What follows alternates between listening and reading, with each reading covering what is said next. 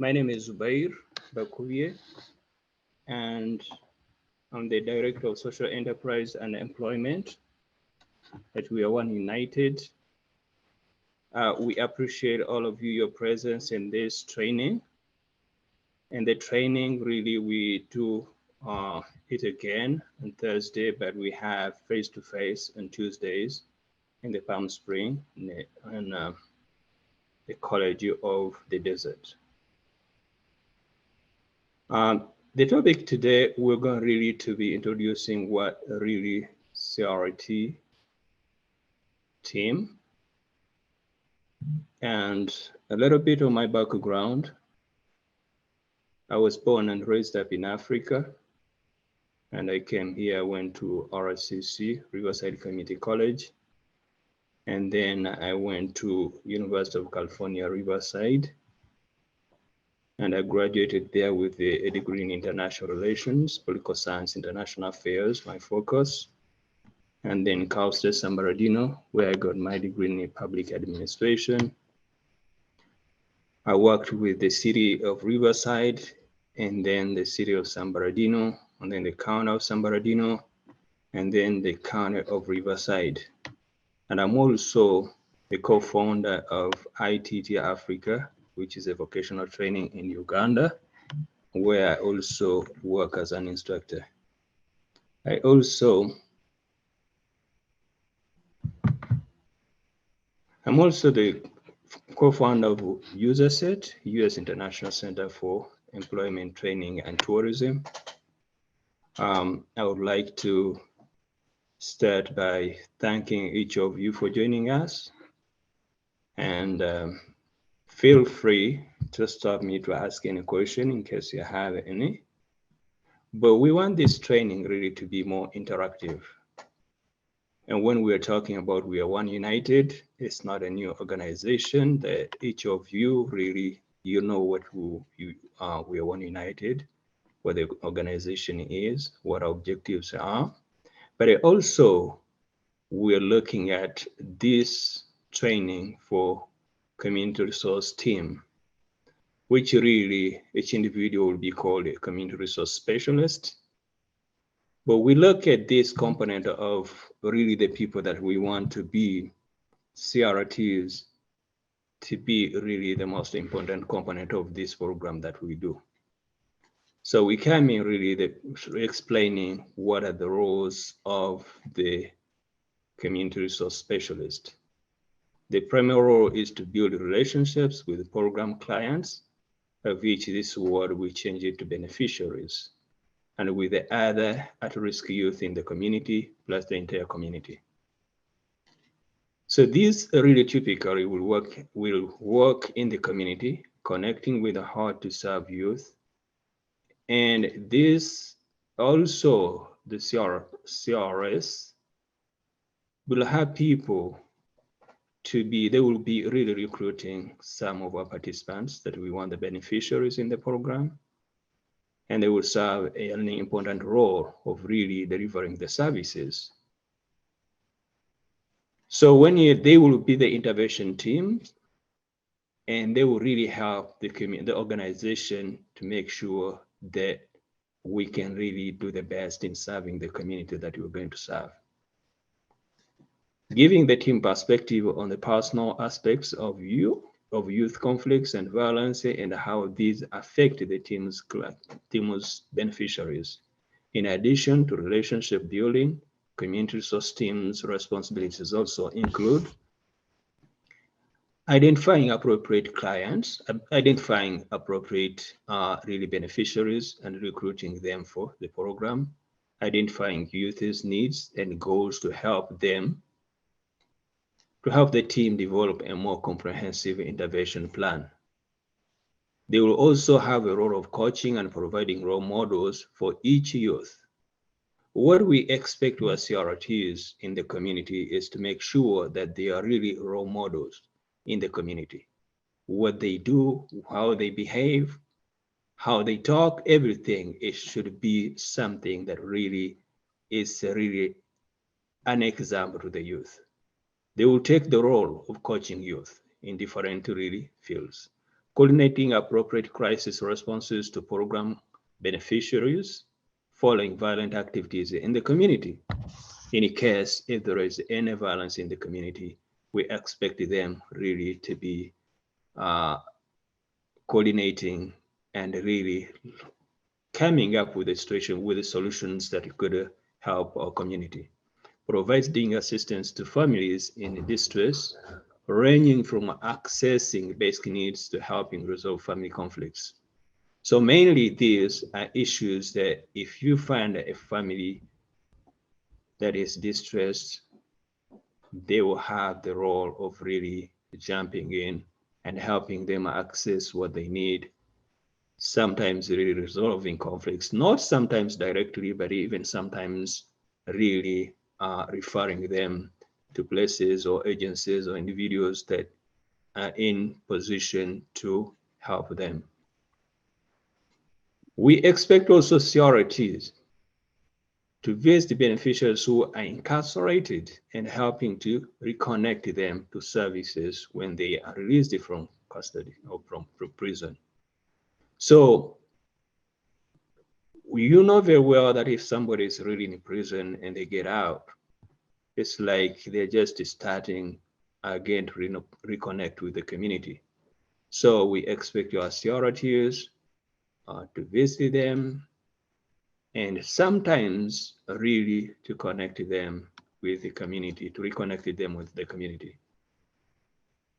Also resolving conflicts and mediating between beneficiaries, their families, other youth, and all agencies.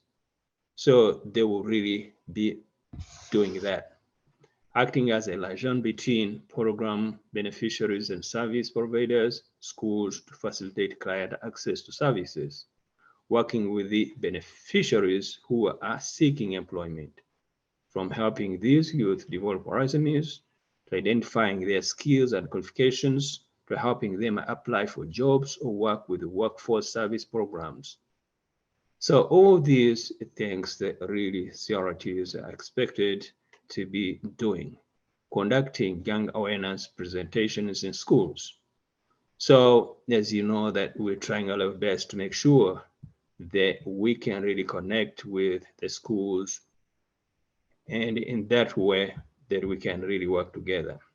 To those ones who really, you got other documents from Human Resource Department, you have more responsibilities more than this, but I wanted just to start with this so that at least we have a little bit of background for us to start to continue.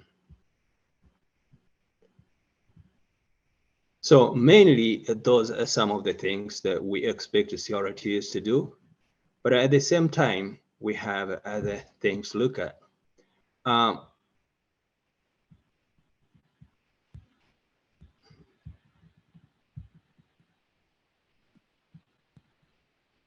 I'm going to open up another document.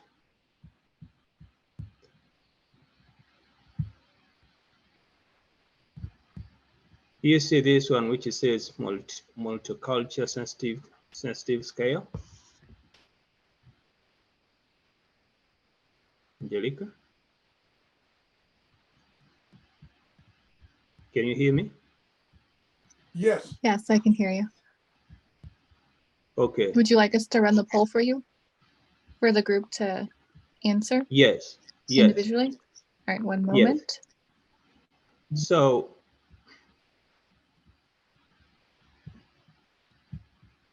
okay, it's broken up into 3, so I'm launching the first 10 questions.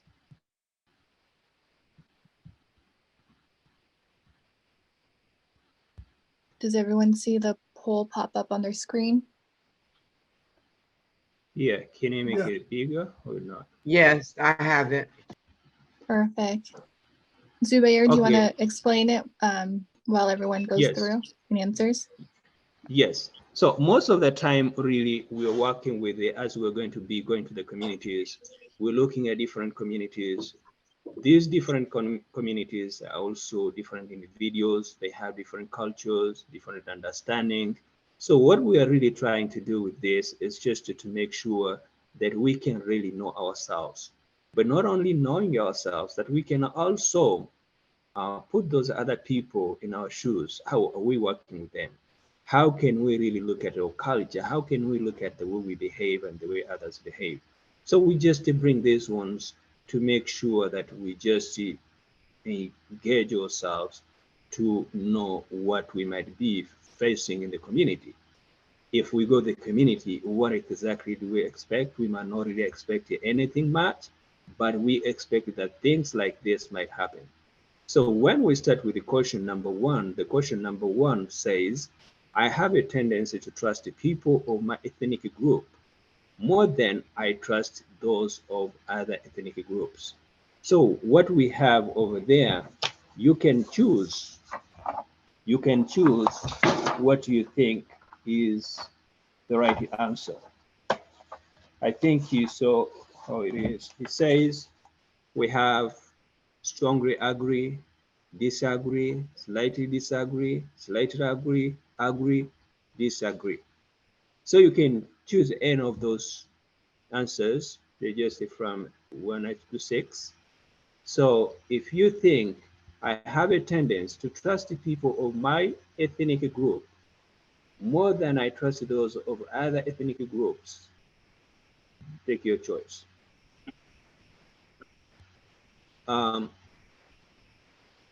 we're going to go to number 2. I feel very uncomfortable in the presence of members of ethnic groups other than my own. But also, as we're on number 2,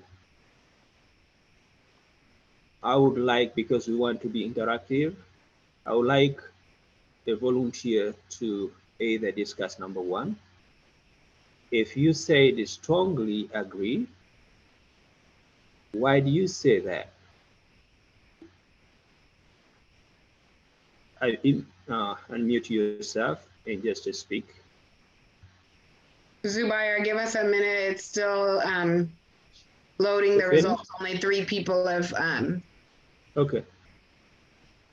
completed the survey so far. Okay, that's good.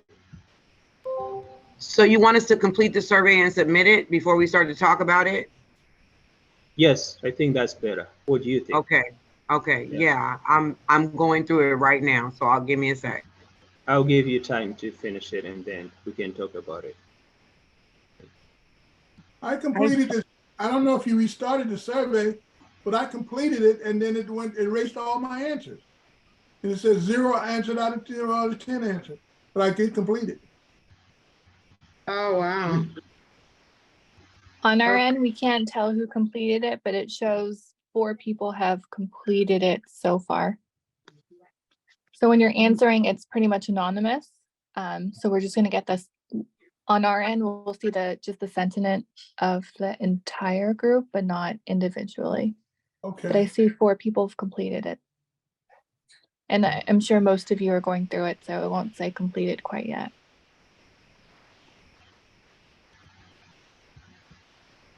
The responses, do you mean the last one strongly agree? Because the first one and the second, they will say, I strongly agree. That would be a typo. So the top one should be strongly disagree. Okay. And then down to the other end of the spectrum from there. Okay.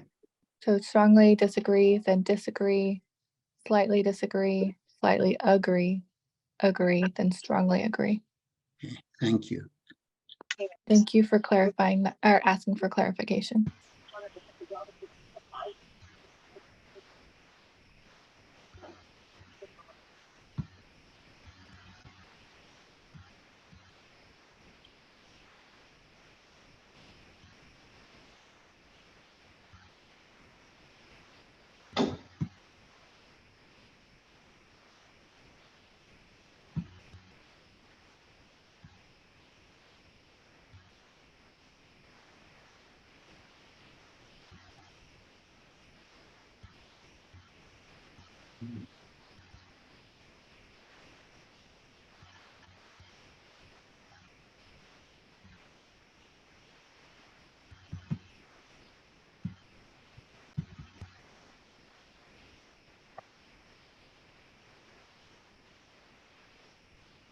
Okay, John, look, I think we'll just close the survey. It's been 6 minutes.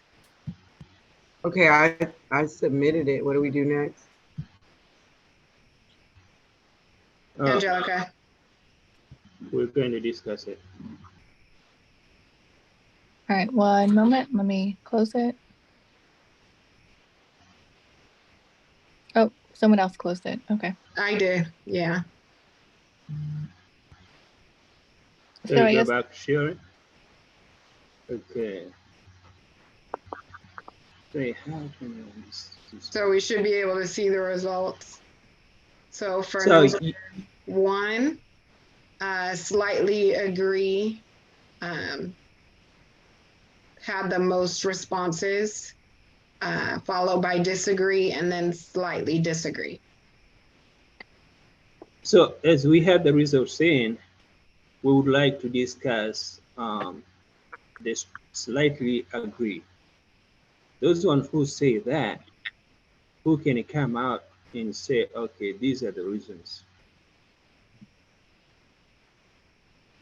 Because we really don't know who said what, but according to what we have as results, we see that majority really, they slightly agree.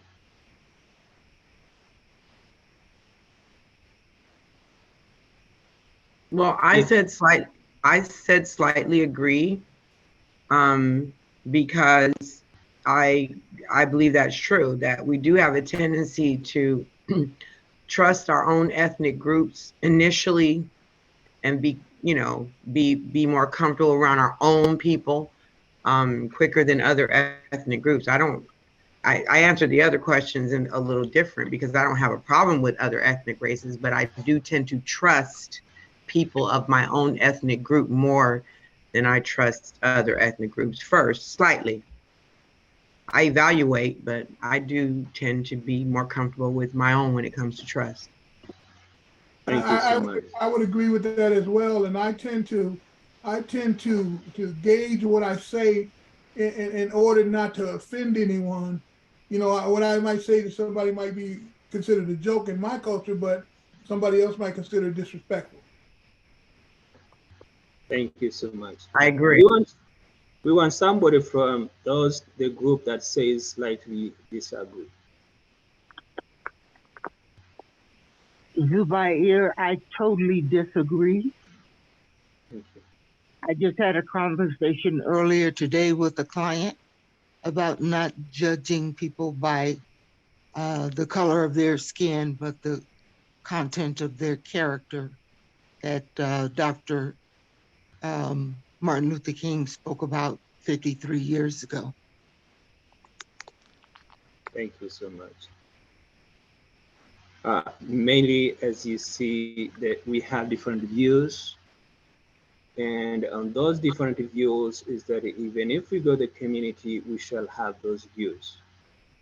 What we are trying to do is to prepare ourselves that when we go there and we hear somebody really having a different way of belief, we should not take it as an offense, but that's how they feel. And sometimes it's true, sometimes it's not true to others. So that's why we really put these questions there. And we really appreciate those ones who have come in to discuss number 1. We're going to discuss number 2.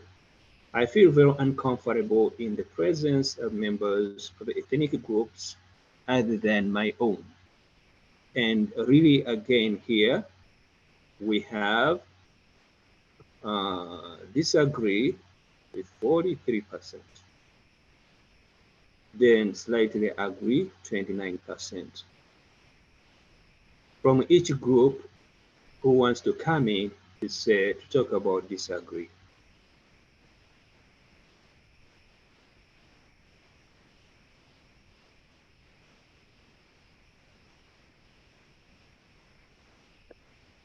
What we are saying here. Yes, please, go ahead. I feel that if you're confident in yourself, the last thing that you think about are members of other ethnic groups when you come into a setting, you're coming to see people, regardless of their background, their culture, or their ethnicity. That's true. And we want each of us to understand in that focus. When we go to see people, we're going to see people. But remember that among these people that we are seeing, they have different beliefs. Like as the question says, and as you see the answers, we sometimes want to be that. We're just seeing people and everything is like that. But really, sometimes it's not like that. So what you're saying, I agree with you, and that's how it should be according to other people, but according to other people, it's not. So we see number two. I feel very uncomfortable in presence of members of ethnic groups other than my own. There is a big percentage saying disagree. There is another percentage, which is 29, says slightly agree. We want to hear from a group that says slightly agree.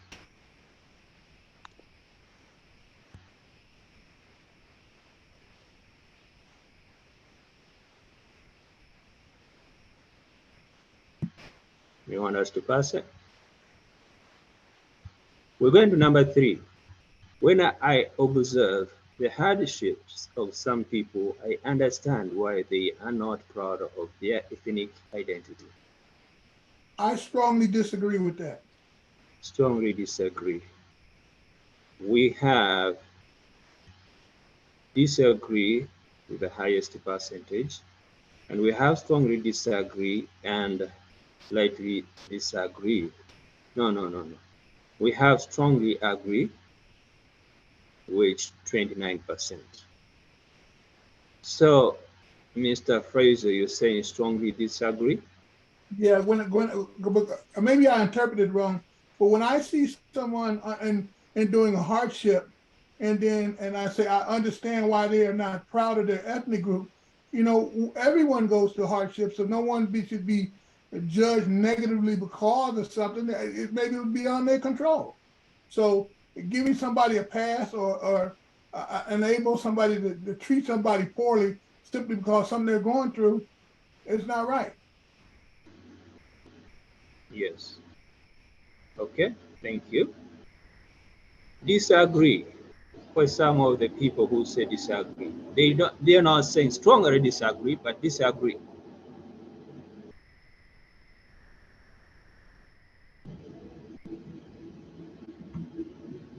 Can we look at a group that says strongly agree?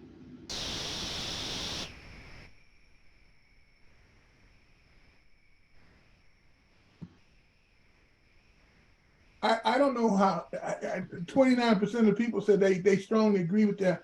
But if you see somebody going through a hardship and you and read go back up to the question again, and I observed the hardship of some other people, I understand why they are not proud of their ethnic identity. I don't understand that. I don't know how you could agree with that. I'm going really to uh, agree with some people, but not to fully agree. But sometimes you see, for me, I come from a different continent and we have different names. But some people even end up either changing their names. So you're asking why are they not really proud of their names or their color and so on? It's not really that I understand, but sometimes you're just thinking maybe it's because of ABCD. Some minority just either marginalized, either they're just, but you cannot really totally understand exactly. But sometimes you have that feeling, maybe it's this, maybe it's this. But I would like people to come up to really talk because this is interactive. We are not trying to judge anybody because these are issues that really we have to come out as a team, talk about it, And when we go to the community, we will know that, oh, we answered about this. So maybe so and so is saying that he understands. Because we have been really talking sometimes, myself. Sometimes I talk to somebody, before even I finish what I'm saying, they say, oh, they understand. Oh, I understand your situation. So there are some people who would claim to understand. Oh, so you have to go to the community knowing that sometimes people think they understand. So we're looking at all those things to see how can we really go to the community prepared that we will get even people who are going to tell us that they understand us. So how do you react if you go in and somebody says, oh, I understand, although on your own side, no, how does he understand? Who, how does she understand? So these questions or these feelings, you will get them in the community. And you can really right now see how we have answered these questions. So we can try to avoid it with a blind eye, but remember, it's in the community. But I request again, you guys come up and talk with your team. We need just to empower ourselves, to equip ourselves before we get into communities to know that things like this are there. May I say something?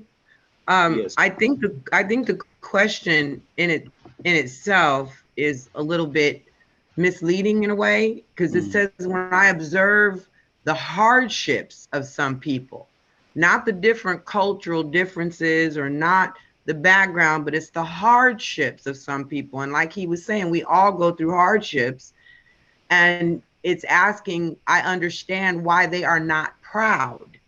It's basing upon their pride about their hardship. None of us are proud when we're going through hardship, but we need to be compassionate and understanding in what we're doing and know that everyone is, if they're going through something, then we need to help them come up and not be ashamed of what they're going through.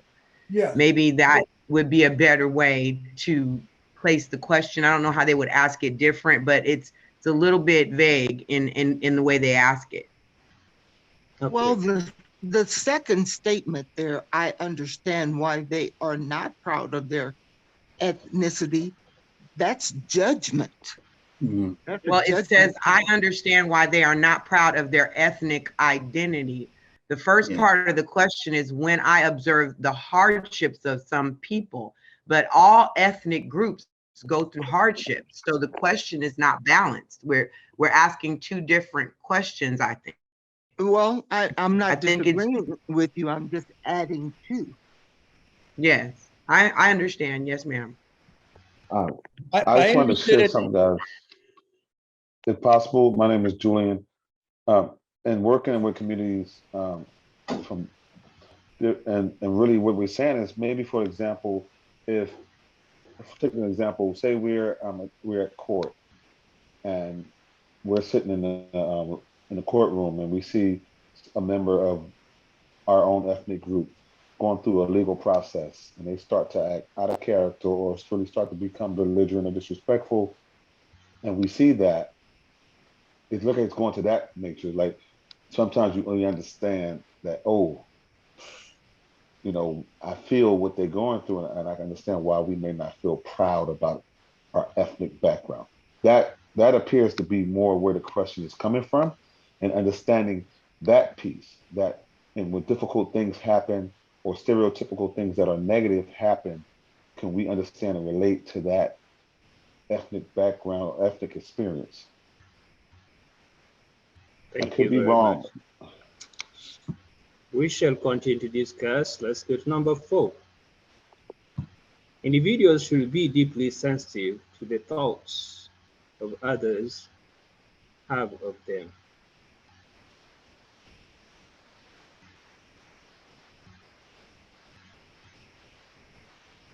Absolutely not. Disagree with that. Okay. Individuals should be deeply sensitive to the thoughts others have of them. Okay. Why do you say that? Disagree. Well, everyone is entitled to their opinion, so I'm not knocking that. But if I walked around being sensitive about what other people thought of me, I'd be a miserable person. Everyone wants to be thought of in a positive way, but we have no control over the thoughts of other individuals towards us. Okay. Who else wants to come in to discuss question 4? Hey, Zubair. Hey, everybody. This is Walker Beverly, and I'm listening in and thinking Thank about you. this question. Now, when we think of our youngsters, we all watch First 48 or something. There's a group of youngsters out here just out of control and don't give a damn what anybody thinks. And this is a problem in our communities all around our country, is we've lost our youngsters. I blame it on generational incarceration, but others can blame it on something. But our youngsters do not care what anybody thinks about them. They just don't care. When you get older, you care, but you don't care what people have to say or think about you because you're comfortable with yourself.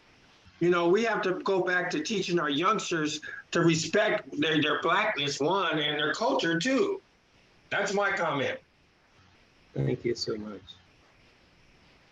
Someone else. Yeah, I have to agree with him in a way that we really have to go back, because I put slightly agree, because I do agree with our sister that says we shouldn't worry about what people think of us, and we shouldn't be sensitive to that in that way. But we do need to teach our young people how to respect their elders, how to conduct themselves in public, what is appropriate, what is inappropriate, what to say, what not to say. Some of them have not been taught these tiny little things that can help them navigate through life just a little bit better if they conduct themselves in a more respectful way and be aware of their surroundings. It's okay to act a fool and cut up around your friends and stuff, but when you go to a job interview or when you're out on a college campus, you need to conduct yourself in a certain way, and you should know these things, and a lot of them do not. A lot of them, let me add on to that, Candace, a lot of them do not, and they do not respect themselves. Exactly. They do not respect themselves. And that's a big thing. When you don't respect we as adults, or we've matured some, we've learned to respect ourselves through the things that we've gone through the situations we've put ourselves in, and made ourselves, gotten ourselves into pickles, as I call them, where we said too much or did too much. And we realized that, let me tone that down. Let me bring that down a little bit. But some of these young people, they haven't been taught these things, and they have no filters. They just have no filters, and they need to be taught that it's good to have a filter, and it's good to give them boundaries. A lot of them don't have boundaries. They haven't been brought up in a way that we were brought up, and they just don't have anybody to tell them, hey, you know what, that's not cool. Don't do that way. You might want to try it this way, because I've been there and you haven't. So let me help you.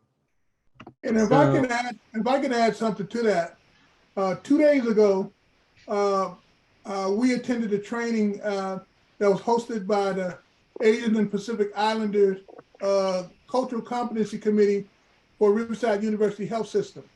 And during that training, they looked at the dramatic rise in the number of hate crimes that's been carried out against Asians and Pacific Islanders as a result of the COVID-19 pandemic, and all the stuff, how elderly people are just being brutalized, and all kind of weird stuff is just happening to the Asians and Pacific Islanders. So I think that individuals should be deeply sensitive. No, but I slightly agree that they should be sensitive to the opinions that other people have of them, and be mindful in order to protect themselves. But deeply sensitive, no. Okay, thank you so much. This question, as you hear that we are discussing it,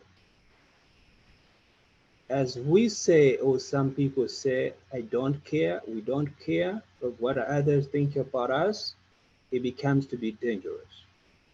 Because where I was born, they say, for example, a child is raised by the entire village. But if we have really our kids or other people are saying, we don't care, I don't care. He's not my dad. He's not this. He's not this. Also, if you see how sometimes what is happening between police and some minorities, if you are not sensitive with what the police thinks about you and you don't care, then you end up sometimes dead.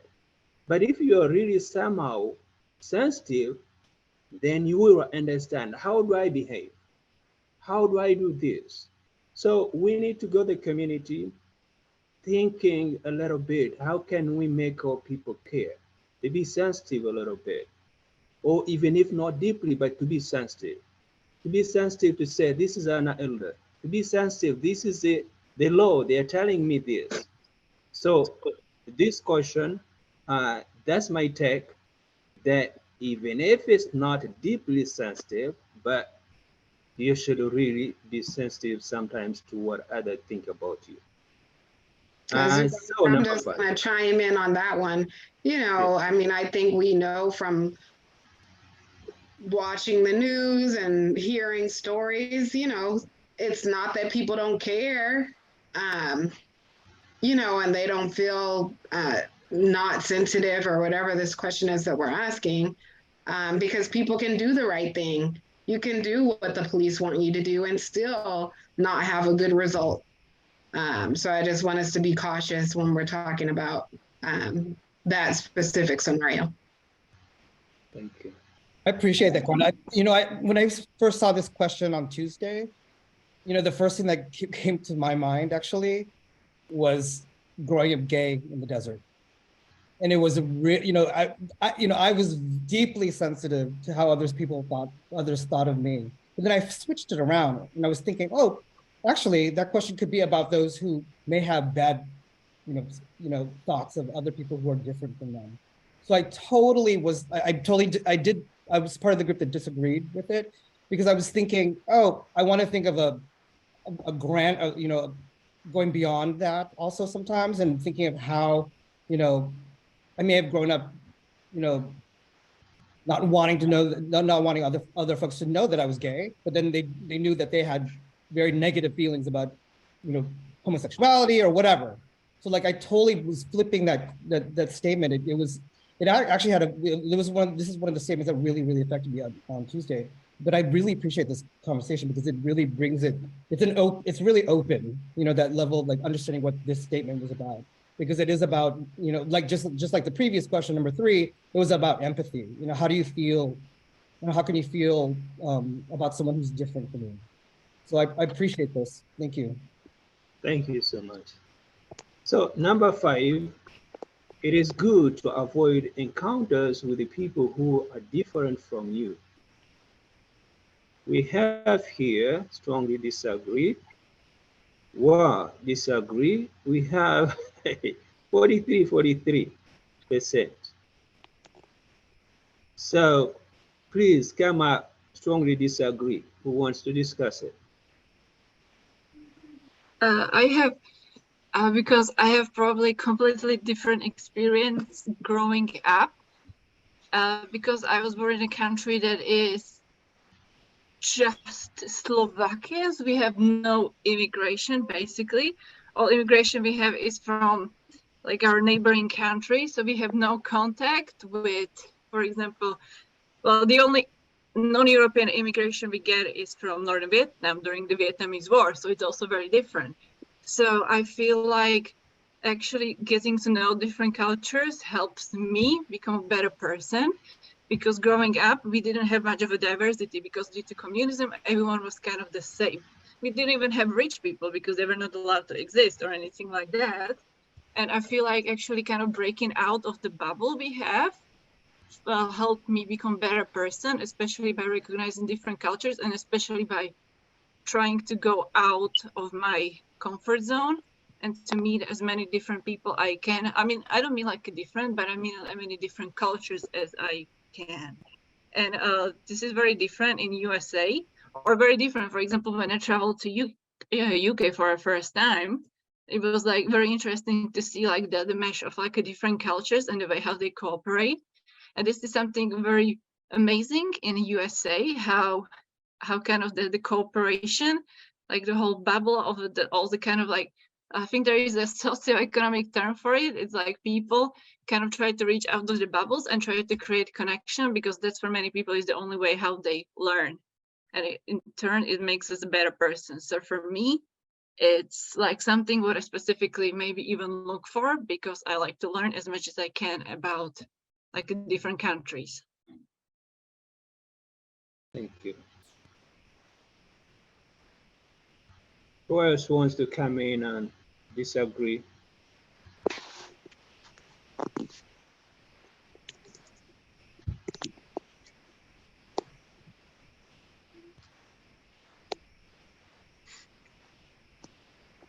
I love learning about other cultures, and I love getting to know other people from other places and languages and diversities and foods, and all of it is interesting, and it's just a great thing. I couldn't imagine avoiding this question. It is good to avoid encounters. I couldn't imagine avoiding encounters with anyone, let alone different cultures, because it helps us, like she said, to be better people. I just always try to be mindful of the fact that even though we're from different cultures and we speak different languages, we have more similarities than we have differences. Absolutely. Absolutely. As Mr. Epps says, there is always a common ground. Exactly. So really, this is sometimes what we really mean when we are talking to kids. Avoid strangers, avoid this, avoid this. So there are some encounters that really, as we grow, maybe we come over that. But also some encounters are really good, like you're running new cultures, as you said. There are a lot of opportunities, but how can we really go to the community and start encouraging them to be able to encounter others? And this is what we're going to be having in the field. For example, you go in there and you're meeting somebody you have never met. How do you approach them? How are they going to be really suspicious of you? Because some people are really suspicious all the time. So we're looking at all this. How do we prepare ourselves when we go to the community? If you meet somebody who is really rude, how do you reply? Are you going to be rude too? Are you going to be what? This is the really CRTs and the communities that we're going to work with, the youth of today, the violence, because this really, although CRTs are not going to be working on the ground for where we have to really address violence and so on, but this is something that we have to be capable of handling. If somebody come in and it's abusive, how do you really calm down? How can you try? All these things, we bring these questions just to for you to know that we're going to work with the different types of people. So number 6. Zubair, can I say something to that also? Please. Please. It's actually in relation to what I just said to the previous question too. Like I'm actually on the disagree, on this one as well. But when I started thinking about that statement, it actually started thinking of agreeing, only because I started thinking of all the times that I avoided,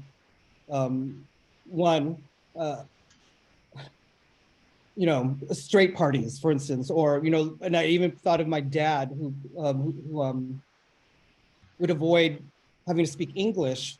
He didn't want to have to deal with persecution or discrimination. So you actually, if there's a way of self-preservation where you have to do your thing and walk through the right neighborhood so that you don't get jumped, you're gonna avoid encounters with those who are going to for you. If you know what I mean. So that's just my 2 cents on that. Thank you. Thank you. So we're going to number 6. Each ethnic group should strive to become more Americanized rather than maintaining the characteristics of their ethnic group. Strongly disagree. Okay. Who is talking? Go ahead. There's a fine line there. There has to be a balance. It's true for becoming more Americanized, yes, but it's also true of maintaining your cultural background. So it's yes to both of those. Thank you. So she's saying we have to balance. Who else wants to come in with a different opinion? Yes. The problem with this, of course, is that if we look at American history, some groups easily got assimilated. They were encouraged by the group already here. But with people of minority backgrounds, we look at history, it's much more difficult. You may want to become more Americanized, but if the previous Americans don't welcome you, you cannot force that.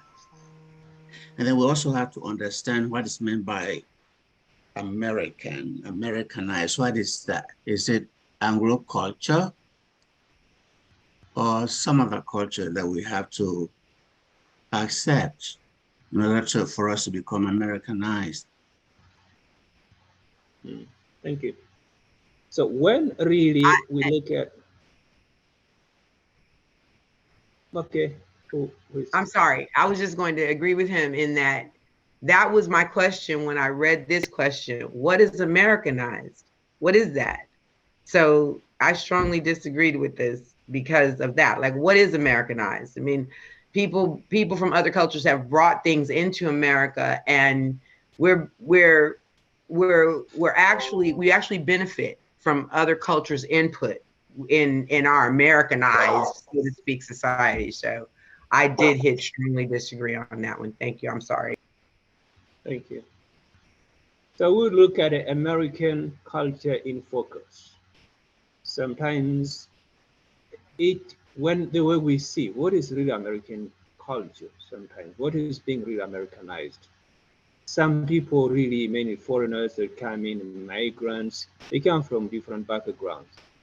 But really, when you look at what is really being an American or being Americanized, there's so many people that you might get somebody maybe from Texas might look at different, from California look at different, and then from different tribe, maybe African American or Mexican. So it's really, we just put a question like that because we don't know exactly from, we have different perspectives.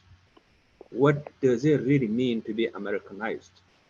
Before us, as a team, we're looking at Americanized in focus. The way you look at it, the way you see it, the community you're going to, if you go to Mexicans, they will look at it different, maybe. If you go to Asians, they will look at it differently. So, but how can we be in and really be able to work with them? Because there are some people that we will go to, they say, oh, are you not American? Yeah, I'm American, but why are you not doing this? Americans do this. So we are going to force such things. Even you might do just something simple that you think is good, but somebody will criticize it. So we're looking at preparing ourselves, as I said from the beginning, how we're going to interact with these people. We will not have a definite definition for what being Americanized for us as a team. But we want to go in the community knowing that others will criticize. Oh, even sometimes when I speak, you speak like you're not American. You speak like no this, but just keep it and move on because your objective is to make our community a better community. We're looking for relationship. We're looking for partnership. If it hurts you, just swallow it and come back to the team and we discuss. How can we really, this happened in the field, but I handled it this way. Or how can I handle it next time? I don't know if there's somebody who wants to come in on this, but we're going to number 7. I feel more, please. I feel more secure when I'm in the presence of members of my ethnic group. I think that's like a reputation, isn't it?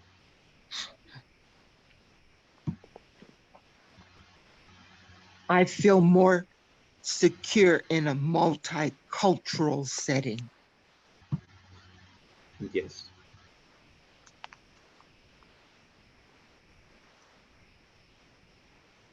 Thank you. Anybody has a comment? Number 7.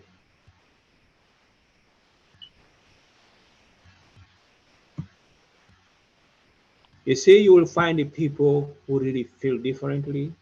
And as she said, she feels most secure in a multicultural setting. So there are people like that, that they will feel happy, they will feel really secure, they will see them floating. Oh, even they, but then sometimes you might see somebody like they're just quiet. Why are you quiet? There are many people, huh? And there are many people. So we expect different people with different feelings. Number 8, I feel less comfortable when I socialize with the persons outside my ethnic group. So that's you. No, that's not you. I feel less comfortable when I socialize with persons outside my ethnic group. Strongly disagree. So, number 9, when I understand the environment from which many people of ethnic minority backgrounds come, I understand why they do not have pride in their ethnic identities.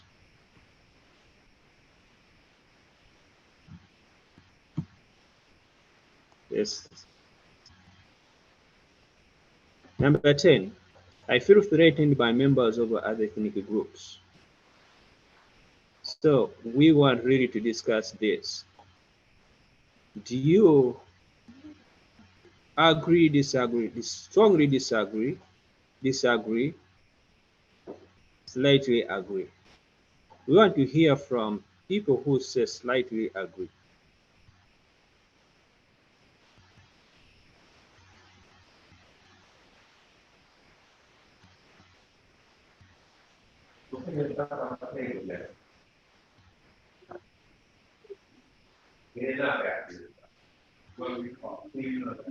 So what I would say about number 10, if somebody feels that way, I feel threatened by members of other ethnic groups. It's very, very important that as a team, if you feel that way, before you go to that group, you're not allowed to go by yourself. You don't allow yourself to go by yourself. Or if you can avoid that group and you have to do a job there, tell us so that you don't go there either by yourself, or you don't totally go there. Because if you're threatened, then it's going to be really difficult. But at a certain time in life, you might feel that way, but sometimes it might not be true. So we need really to go on working together, going to different communities and learning about those communities. Because you might go to that group, what you thought that really you are threatened, but you get in there and you say, these are good people. I thought even they eat people, but they don't. You see? So we're looking at all these things that we really, like we have in Africa where they tell us, oh, you're going to Africa? Yeah. In Africa, they don't have even roads. I went somewhere where they say, oh, you in Africa, you sleep on trees, and say, yeah, our king sleeps on the biggest one. And so you just make it funny sometimes, but you are really trying to create that relationship with them, because you should, whoever is threatened, hey, welcome to the group, because we have to go to these groups. Some people they say, well, you're working on violence? Yeah. Oh man. But this is what we have to do. And it's really good that people come up to say 14% feel that way. And if And I they feel think that this one, Zubair, could be, circumstantial.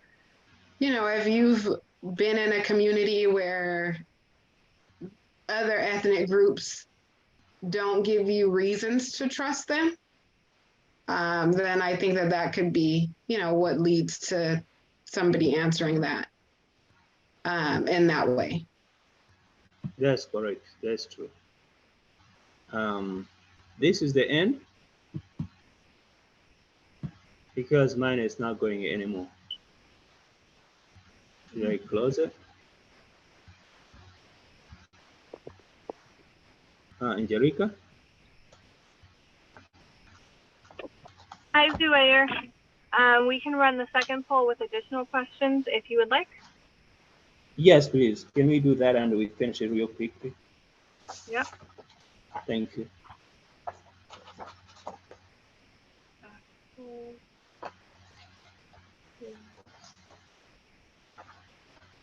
second. Looking for the launch. We ran only 10.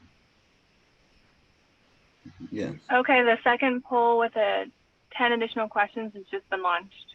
So please, everyone, go through and answer on the same scale.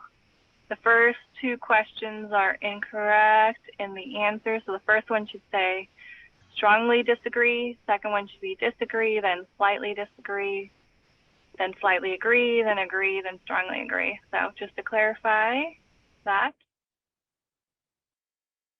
And then we'll give you guys, I guess, 5 minutes.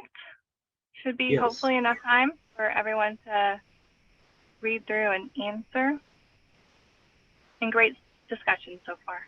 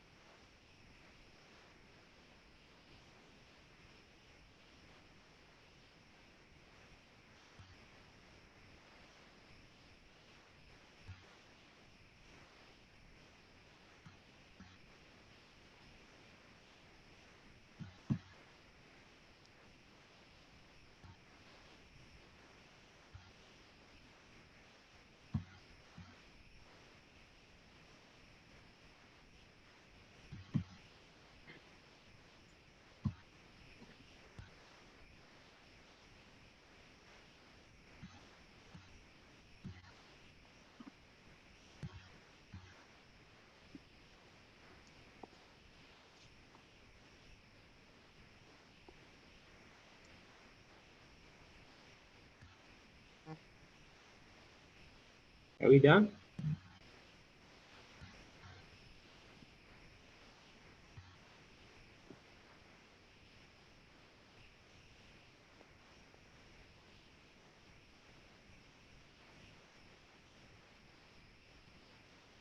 I think we're close to done.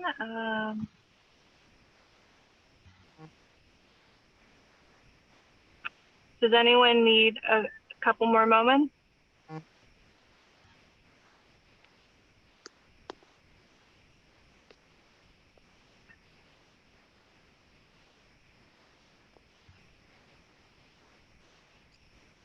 Okay, Zubair, I think we're good. Go ahead. I will close the poll right now. I'm going to end the poll, and I'm sharing the results. Thank you so much.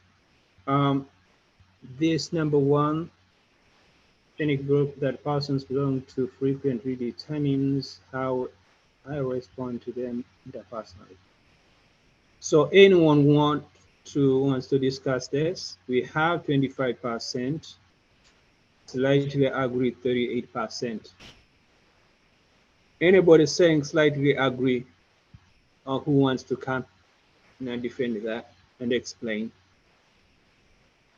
Well, I said slightly agree because there are circumstances in which we should be sensitive, you know, to a person's ethnic background and the group that we're dealing with. And I'm not saying that that, you know, we should deal with them in a negative way differently, but just to know and respect the approach in which may be necessary for that particular group is the reason why I said slightly agree. Thank you so much. I would agree with that as well. I put slightly agree because at least if I'm cognizant of it, I may not feel that way in my heart, but I'm thinking about it. So I just put slightly agree. Thank you so much. Appreciate your contribution. Anyone else? Strongly agree. Okay. Number two, when I'm offended by an ethnic minority, I generalize the behavior to other members of that group.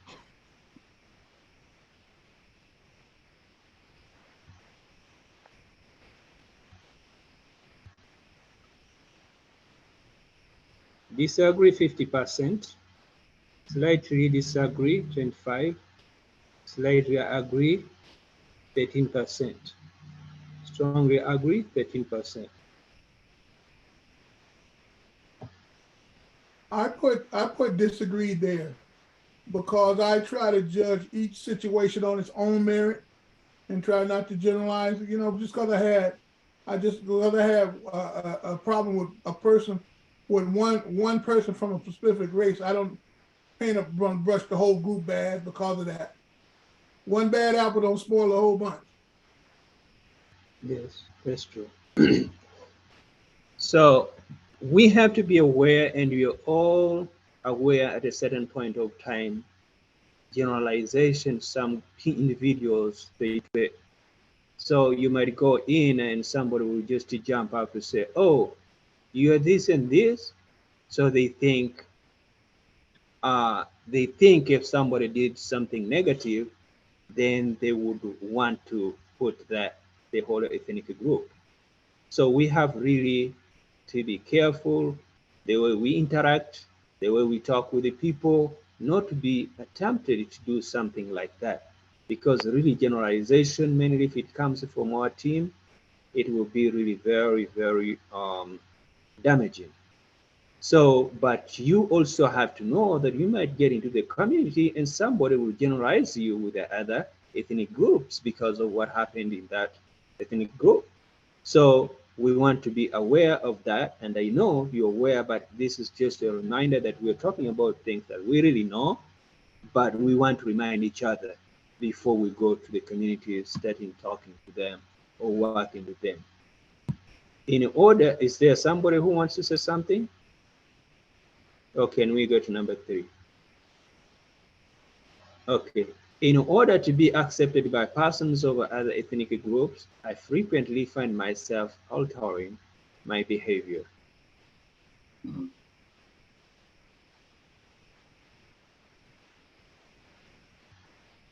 Disagree 50%. Who wants to come in to say something?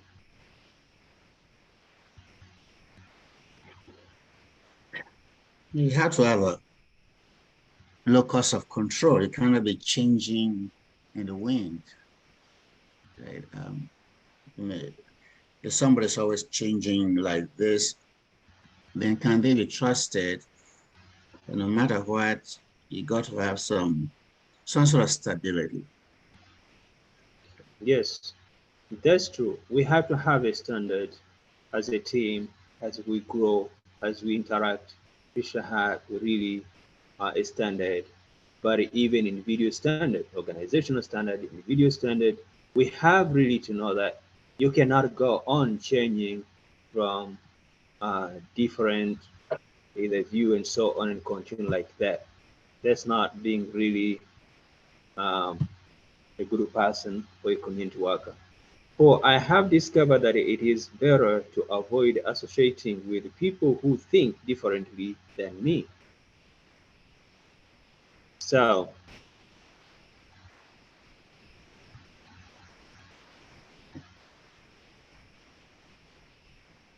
some people really will just avoid, as you say, they will avoid some people who think differently from them, and they just avoid them, some people. But then when you're working with the community, there is no way you're going to avoid these people, because these are the people that we have to work with. The more you avoid them, then you're failing to work with them, or you're failing the organization, the mission, and so on. So we have to be willing to work with the people, associate with them. It's like now we're trying to work with the re-entry population, people getting out of prison. Some people might look at to be negative, but these are people. Some people were using drugs. Some people are homeless.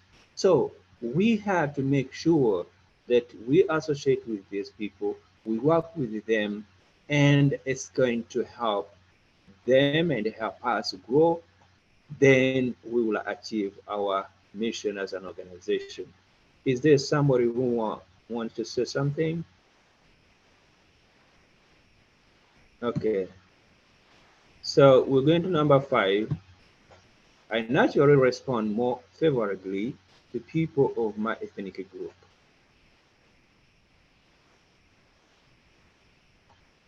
I'm the only one talking. Are you tired or sleepy? I think it's a bad idea, right?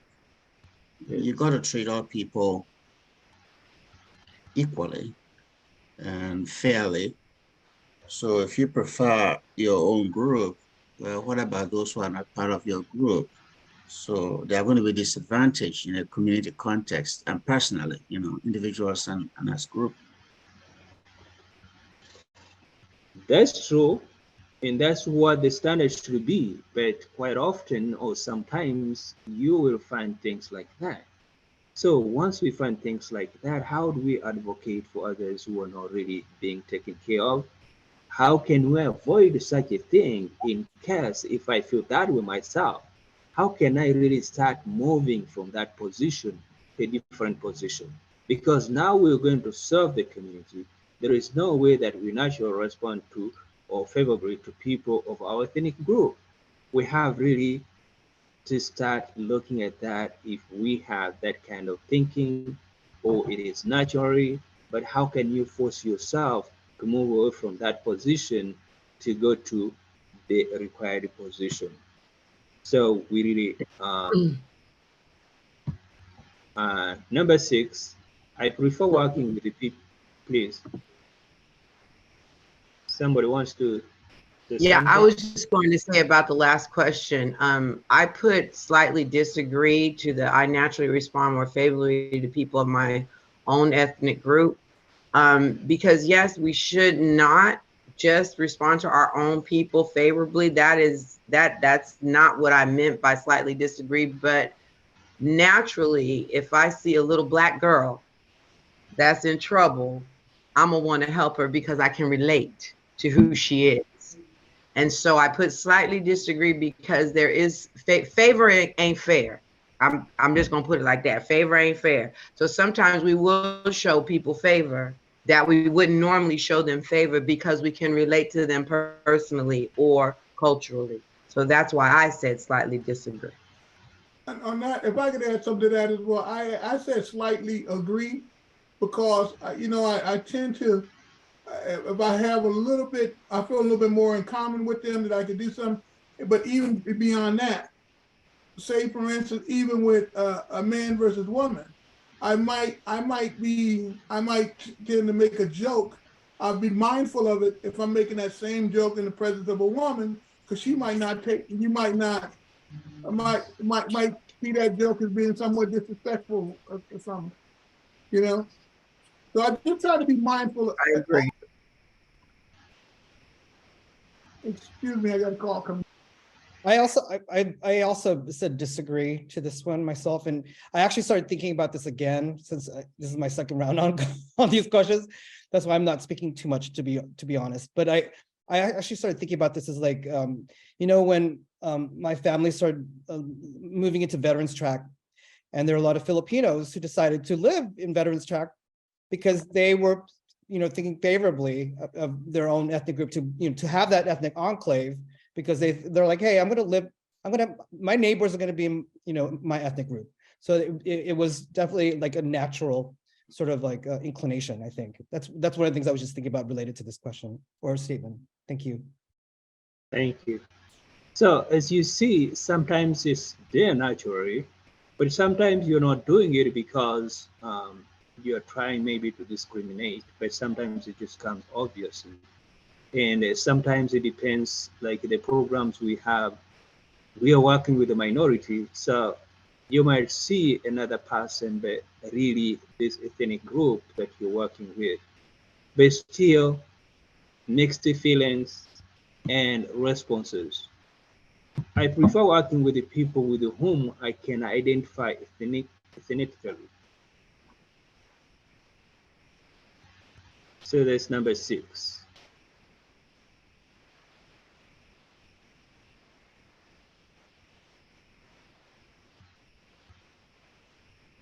I disagree. That's boring. Thank you. Why do you disagree? It's boring. I mean, I'm a person, I like diversity, getting to know other ethnicities, getting to know other people, having a diverse, multicultural environment is something that causes us to thrive and grow and be more compassionate and understanding to other people. If we only stick to our own, then that's all we know, and that's why we're uncomfortable. Love. Thank you so much.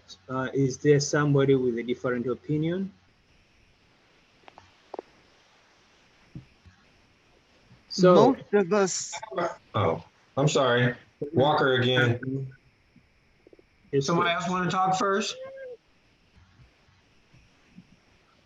So this is Walker again.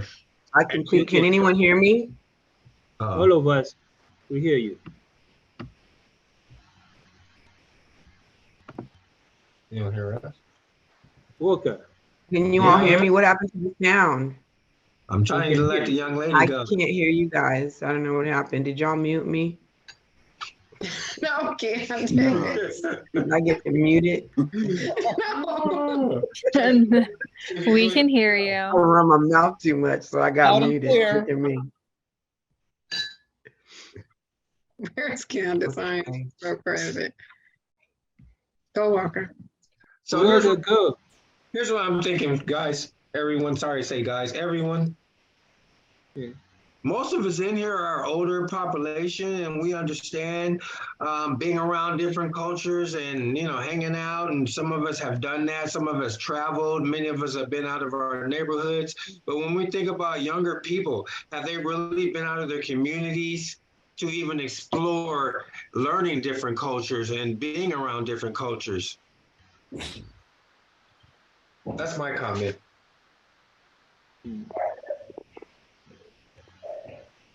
And yes, according to your comment, these are really what is going to happen. Now we work with the youth, and you go there, they don't really know different cultures, or some of them know. So as the theorists, you're going to have a lot of really either doing research or quick learning, or really calculation the way you act. If a youth, you're looking at culture, but they don't know the culture. Even some adults, they're not looking into that. So all that is a challenge that we have, but a challenge that we have to take. So we appreciate your comment, and really we have to try our level best to make sure that we do something that is going to help our community. And also, this question is not to ask that maybe we want what, but what we're looking at is we're looking at some people really prefer to work with these. I'm sorry to interrupt, but I'm unable to hear anything. Can you hear me now? We can hear you. Okay. So Do you what want I'm to try saying, logging in and logging out? Maybe that'll help with your sound issue. we want as a team, if within the team there is a ethnic group that you prefer working with, to be free to say, oh, I would prefer to work with these people. Also, it will help us a lot because really we know that where you're going is where your heart is. So it also helps a lot. Although we want to work with everybody, but there are some areas that some individuals can really do better. So we are asking these questions for you to know that you're free when we're in a team. Say, oh, I'll go here. Oh, I feel it's going to be really good for me here. So that a job is not difficult on you. Because if you're going where you don't feel comfortable, then sometimes you end up really not enjoying. That's why some people really leave their job because the jobs they feel like it's almost a punishment. They're not enjoying it. Number 7, I have not been able to overcome my feelings of uneasiness when I see a group of people from a particular ethnic group together. We have here 50% saying strongly disagree. Then we have disagree 38%, slightly agree 13%. Who wants to take on this?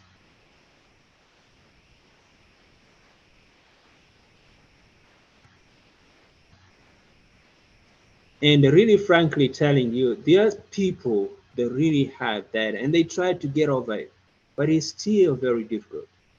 Huh? So there is no blame, but really, in reality, some people are like that. And you can really look at slightly agree, there is 13%.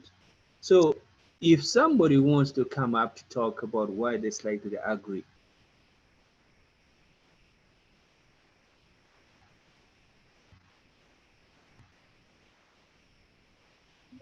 I think again, Zubair, that one can be situational.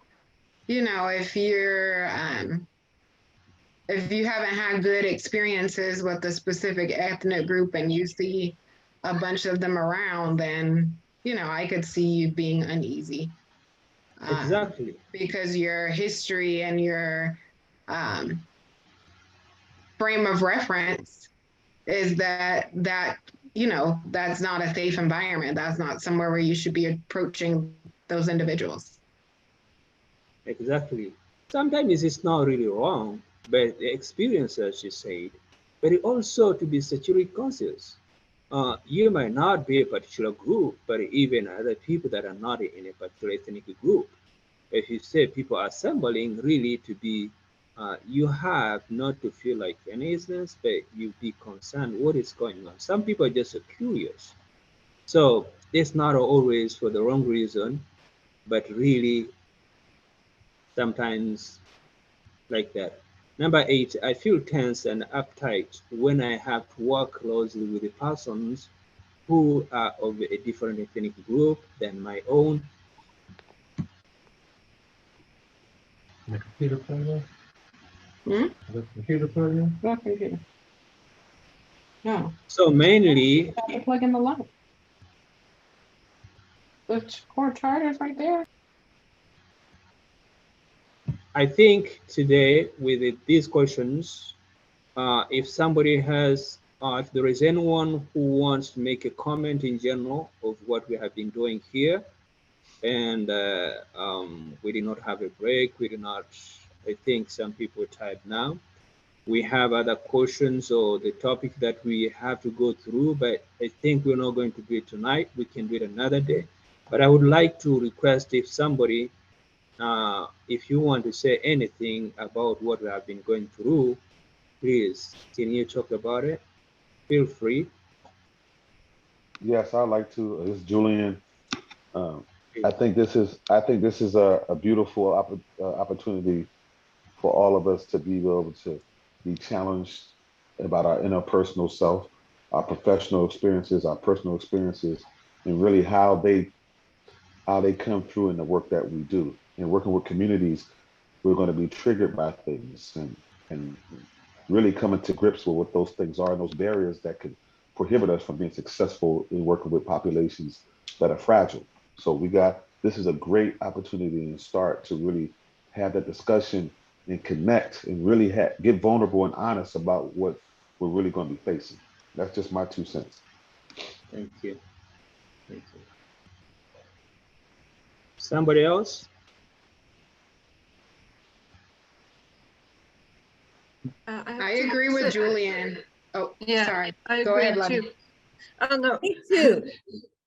I agree too, because we will be hearing stories that will be polarizing, or stories that are like will be really tragic. So there is a certain understanding, a certain like line we should be having, because I've been in a situations, for example, when you work with us, when I work with social services, the stories can be really, really hard to, and learning how to listen to them also should be a priority.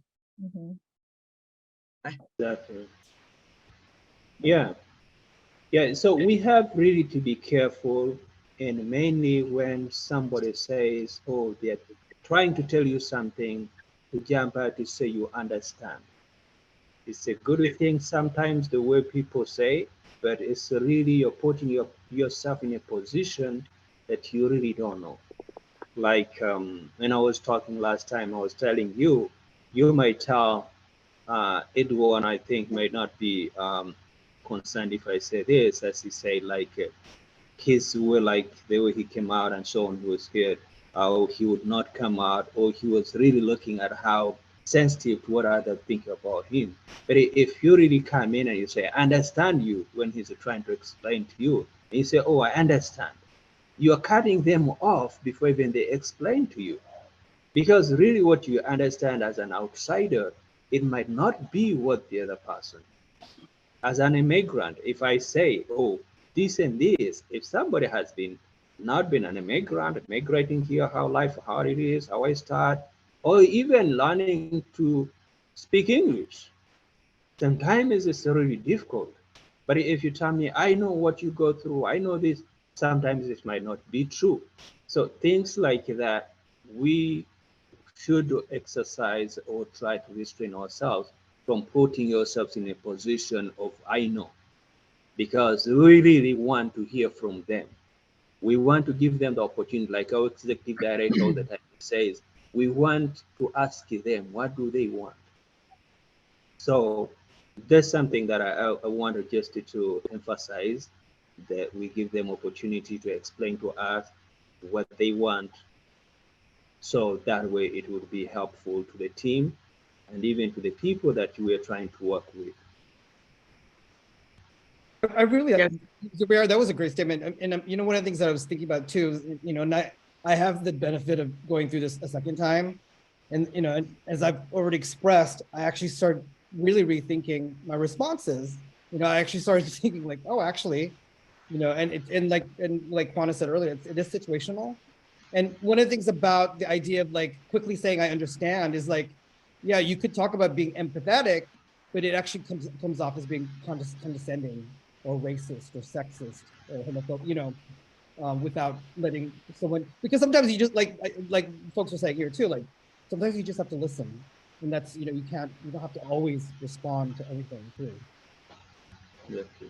A lot of times in communication, we wait to speak instead of actually listening to what the person is saying. We're anxiously waiting to put our 2 cents in instead of actually absorbing and actively listening to what that person is saying, and listening from a heart perspective instead of just a head perspective. You know, we're already at home and, oh, it's dinner time. Oh, I need to hurry up. And this person is trying to tell you what they're going through. So you've cut them off without even saying anything. And we have to be careful of body language and all of those tools that we have when dealing with people that are going through these things that we're going to be facing. And essentially creating a barrier at that point, because at that point True. they're disconnected from us at that point, and they feel defensive, dismissed, not heard, understood, and like, why are you here? So let's add a little bit. Exactly. Can I interject here, please?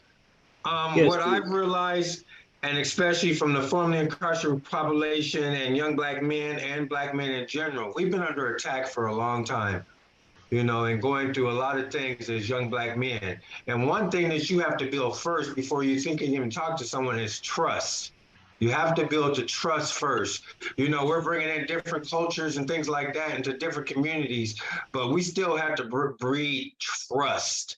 That is one of the main things you're going to have to do before you get anybody to even open up to you. Thank you. Well, Yeah. inside, in the Agreed. prison, that's one of the things that occurs when you're in the prison, that everybody's isolated into their own little groups.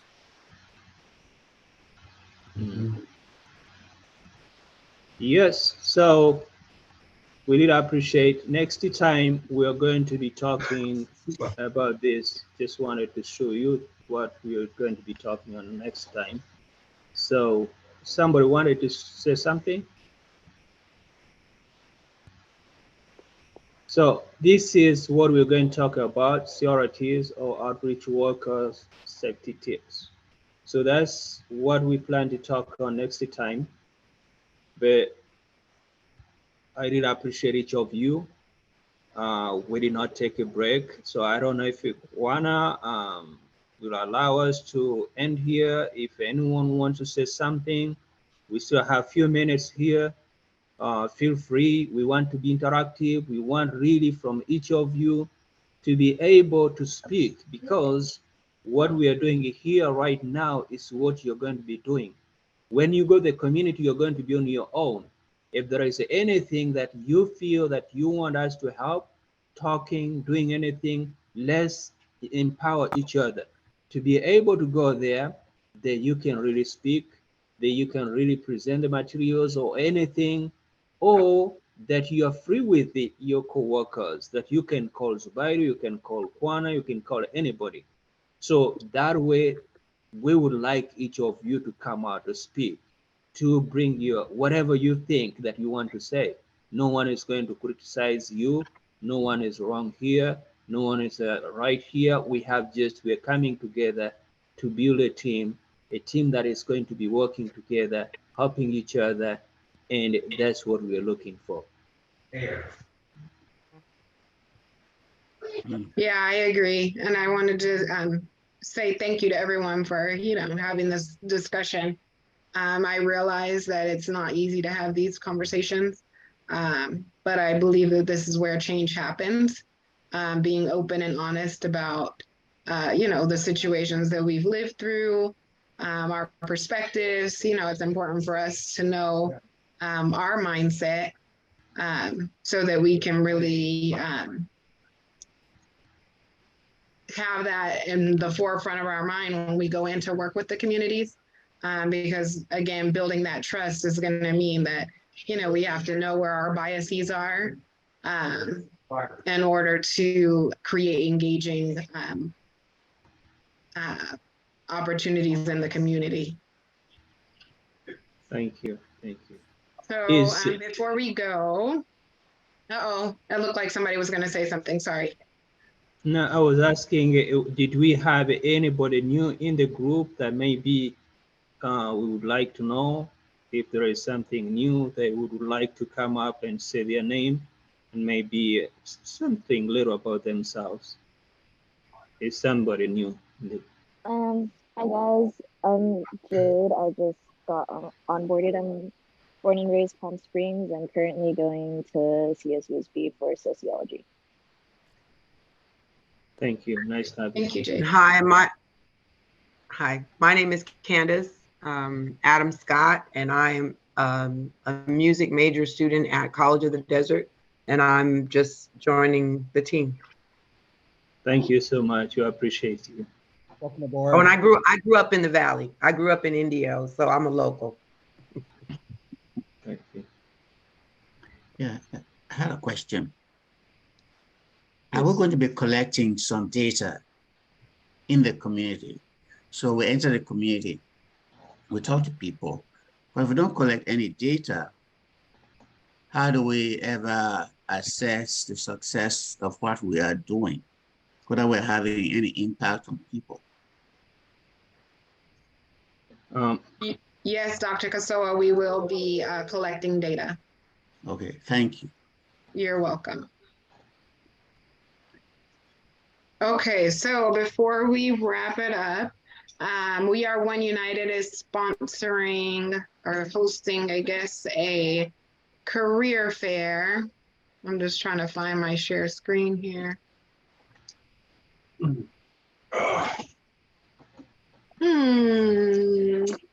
It's at the bottom, it's in green.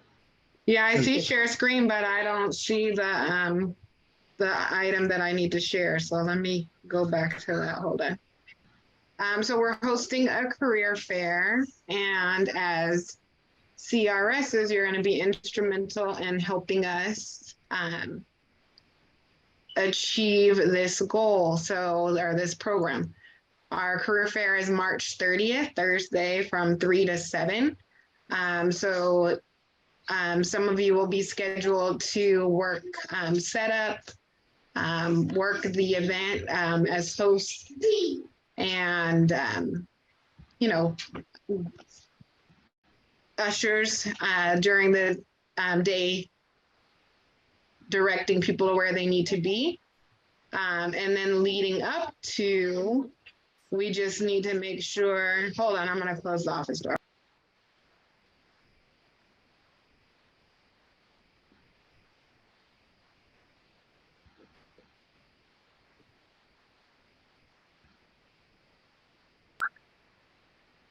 Okay, sorry about that. So I was trying to find the invitation. So we'll send it to you via email, and I'm just trying to find it on here, but for some reason, here it is. I had it up and it was ready to go, and now for some reason I can't. Okay, so let me go back to share. So leading up to, we're going to ask you to share the flyer with your community. So friends, we're having a fundraiser. So that's what I'm trying to say. We're having a fundraiser this Saturday. Angelica put it in the chat. So if you look there, it's a Chipotle fundraiser that gives us the opportunity to support the event financially. So any of our friends that visit Chipotle and eat a meal between 4 and 8, money will be donated to We Are One United's career fair. Our focus on is sharing it with our Facebook friends, our community. And then the next thing we want to focus on is there's going to be a few event logistical things like creating promotional videos. So more information to come. But just to let you know, these are things that we have on the horizon as part of what we'll be working on to support the Palm Springs / Coachella Valley. It's not just Palm Springs, but the entire Coachella Valley in this career fair effort to really talk about careers that are available to our youth and adults. It's not just centered to youth, to adults, but that's kind of our primary target audience, but it's open to everyone. It is a free event to give them opportunities of careers that they can have in the Valley, and it's going to be wide ranging. So careers that they need to go to college for, and then careers that they can work as summer jobs or, right now as well. So check your email and we'll be sending that out. But I just want to, thank you in advance for your efforts in supporting this event. I think it's going to be great for the youth of Coachella Valley, to be able to see a wide range of career options. Wanda, can I share something? Absolutely, Mr. Frazier. Okay, what I put in the chat, I just listed a Facebook page. It says it's called Community Wellness Program - Desert Hot Springs. And if you go log on to that page, you'll see a lot of resources. I'd be willing to put that flyer on that page so it goes out to all over the valley? Okay. I don't know that I see it. Oh, so we have to type in community wellness program Yes, dash Desert Hot Springs. yes. And Okay. then it'll pop up. If you hit like and share, then anytime after that, anything posted, you'll automatically get it. Okay. Thank.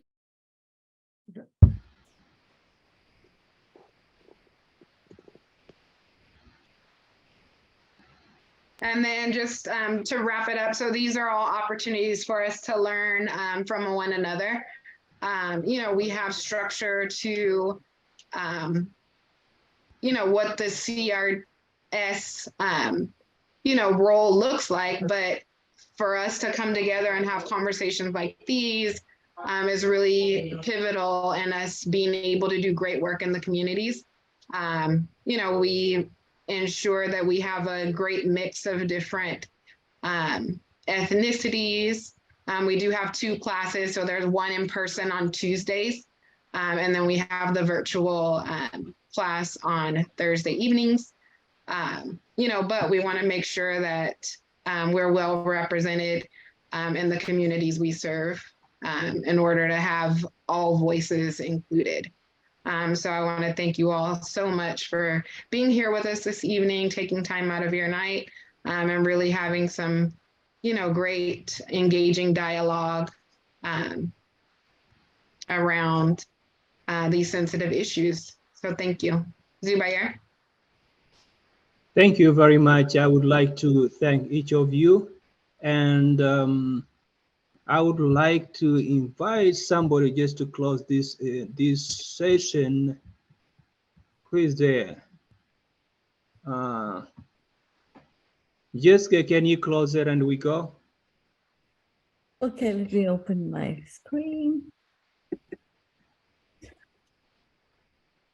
Good evening, everybody. Thank you very much for joining us this evening.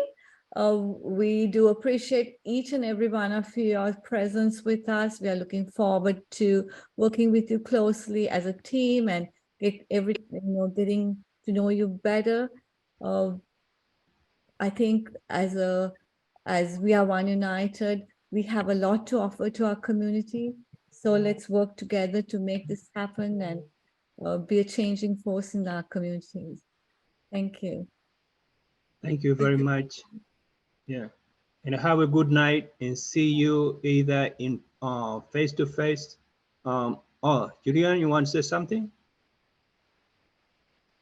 Okay. No, just thank you. Thank you. Okay. Yes, We really Ms. Waving. appreciate you, each of you. Thank you so much. And I know that we have started working, and for sure we're working, and as a team we shall win. Our community will win. As we win, they win. As they win, we win. And we really appreciate each of you, your contribution. You are hardworking because, as Jessica said, it's time to be in bed, but we are together. Thank you so much, and see you Tuesday or Thursday. Have a good night. Bye-bye.